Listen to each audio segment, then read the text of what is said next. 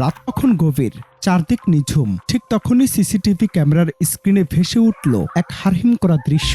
তীব্র গতিতে চিৎকার করতে করতে দিকবিদিক জ্ঞান হারিয়ে দৌড়াচ্ছে কয়েকজন তরুণী আর এক তরুণ। চোখ মুখে তাদের চরম আতঙ্ক। দৃশ্যটি দেখে যে কারো মনে হতেই পারে পেছনে হয়তো কোনো ভয়ঙ্কর বিপদ ওত পেতে আছে। কোনো সন্ত্রাসী বা ছিনতাইকারী কি তবে তাদের ধাওয়া করছে, নাকি বড় কোনো দুর্ঘটনা থেকে নিজেদের প্রাণ বাঁচাতে এই মরণপণ দৌড়? এমন দৃশ্য দেখে সিসিটিভি কন্ট্রোল রুমে থাকা নিরাপত্তা প্রহরীর বুকও তখন ভয়ে দুরু দুরু কাঁপছিল।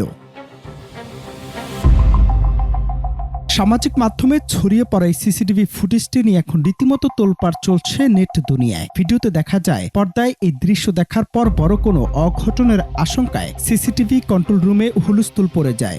দায়িত্বে থাকা কর্মী তাড়াহুড়ো করে ক্যামেরা রুম থেকে নিচে নামতে গিয়ে উল্টে পড়ে মোটামুটি বেশ ভালোই চোট পান।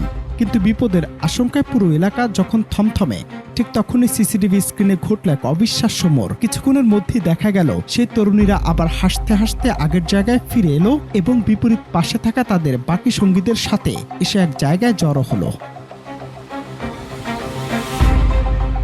আসলে পেছনের গল্পটা কোনো অপরাধের ছিল না, বরং ছিল ঠিক তার উল্টো।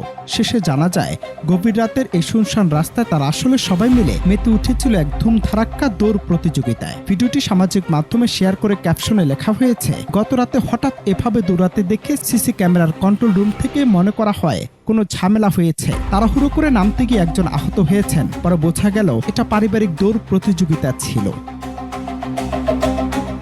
ভিডিওটি ভাইরাল হতেই নেটিজেনদের মাঝে বইছে লাইক, কমেন্ট আর শেয়ারের বন্যা। কেউ এটিকে গভীর রাতের এক নির্মল আনন্দ বা পারিবারিক বিনোদন হিসেবে দেখে হেসে উড়িয়ে দিচ্ছেন। তবে মুদ্রার এপিটোপিটের মতো অনেকেই তুলেছেন জরুরি এক প্রশ্ন, এত গভীর রাতে রাস্তার উপর এমন কাণ্ড করা কি আদৌ ঠিক?